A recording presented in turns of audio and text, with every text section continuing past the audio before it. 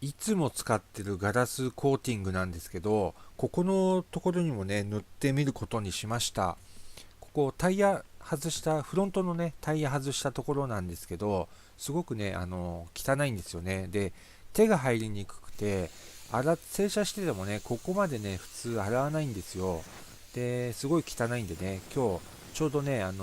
ホイールとサスペンション外すことがあったので、ここをね、ちょっときれいにして、で、それからね、ガラスコーティング剤塗ってみました。でちょっと半乾きな状態で塗ってしまったので、ちょっとね、水はじきがいまいちなんですけど、まあ、とりあえず、どれくらい持つかね、これもちょっと、また後々動画アップしていきたいと思います。で、車体全体的にね、も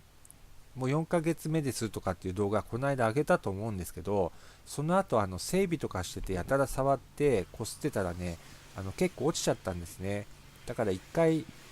全体的にね、もう一回ガラスコーティングかけて、またゼロからね、やろうかななんて思ってるんですけど、とりあえず今日はここの部分、きれいにしてガラスコーティングかけてみました。で、これ今の時点でね、結構水はじきしてるところも出てきちゃってね、ただ洗っただけなんですけど、中性洗剤で洗っただけですね。で、これですね、これをね、ちょっと塗ってみました。で、まあ、そこそこのね、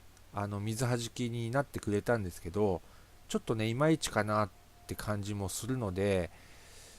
この後ね、また手が入るかわかんないんですけど、もう一回ね、ちょっとコーディングかけてみようかなとは思ってます。はい。で、この後ね、また動画しばらくしたら結果の動画上げさせていただきますので、もしよかったら見てください。どうも見ていただいてありがとうございました。